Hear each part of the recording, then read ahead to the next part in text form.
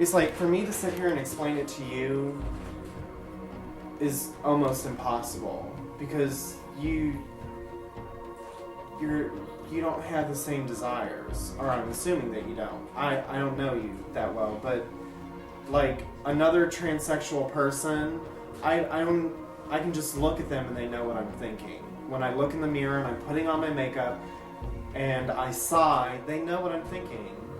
You know, I'm frustrated because I wanna look like this all the time, or I wanna be a woman all the time.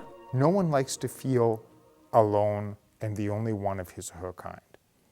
And you want to find other people that you have things in common with, that you click with, totally apart from sex.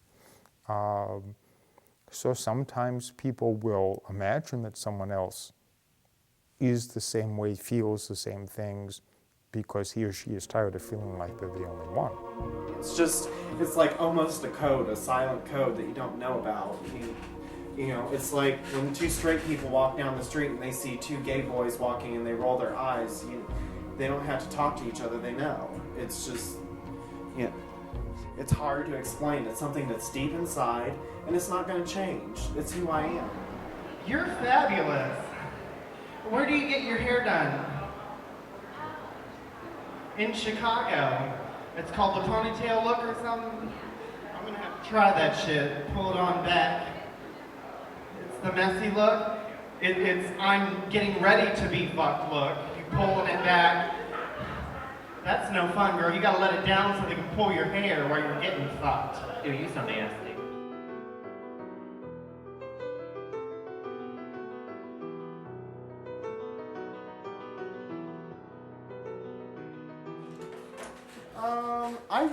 I guess it really just depends on how much you let the world get to you. How much you allow the world in. I don't really allow the world into my domain that much. He says very clearly that he just doesn't let people get to him anymore. And it's one way of dealing with hurt, of course, is that you just shut down. Another way of dealing with hurt is to be over-the-top, brash, confrontational in that character. That's a way of warding off attack. Yeah,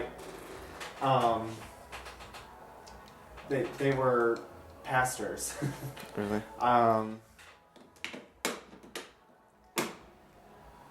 We were missionaries. I went to First Baptist Church. I left the church back in '98 with my family. I even spoke to them, not a word. My mother left me a letter telling me how, this is an abomination and that I'm going to hell. And I basically left because I was sitting there listening to, the sermon, and he's like, fags are going to hell. Well, he didn't say fags, homosexuals. But I basically wasn't about to sit in a pew and pretend to be somebody that I'm not. Each culture, we grow up thinking that we understand what it is to be a man, and I assume that young girls grow up with an understanding of what it is to be a woman. And we assume that this is natural. But in fact, each society creates its definitions of masculinity and femininity, and it not only changes from one society to another, it changes over time. I tried everything I could possibly do to make my parents happy. I was engaged to a woman.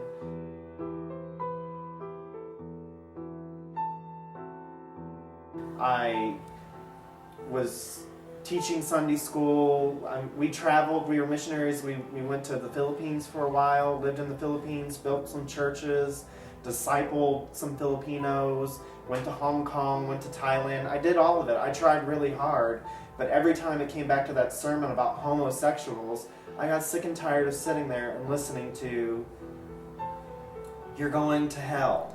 a large percentage of Americans are very involved in religion, and some of that religion is very involved in moral condemnation of sexual issues, be it homosexuality, be it adultery, be it whatever. It's a real issue here. We have so much more than just being gay. Gay boys date gay boys. They don't have to explain much, you know. We have to fight being transsexual, being gay, being a freak, what have you, whatever else the world wants to call us. We have to deal with those.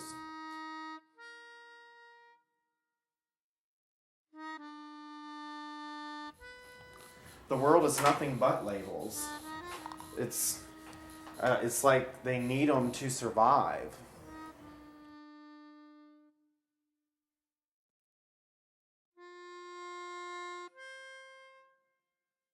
I think it has to do with science, and science teaching us that there needs to be some type of explanation for everything. There needs to be some type of reasoning. You know, why can't it just be? Why do I have to explain myself? Why do I have to explain whether I'm dating a boy or a girl? Why do I have to explain that stuff? Why can't I just live my life? Why do I need a description from you or anyone else that, you know, this is who I am. I'm just living my life. It's just basic. The easy thing to do when you see a drag queen is go, it's a guy dressing up as a woman. Well, now you've categorized it. It takes being willing not to put a label on and to look longer to see what it actually is, which is more complicated than that. Since I can remember, it seems like in this world everybody's been fighting for their freedom, their right to vote. Women have been fighting for their rights to vote. Black people have been fighting for their rights. Latinos, all these people, they all have their fight. They all have their reason for being here in this world. And they just need to accept, I mean, isn't that what America's like supposed to be about? The dream, having what you want, doing what you want, being accepted.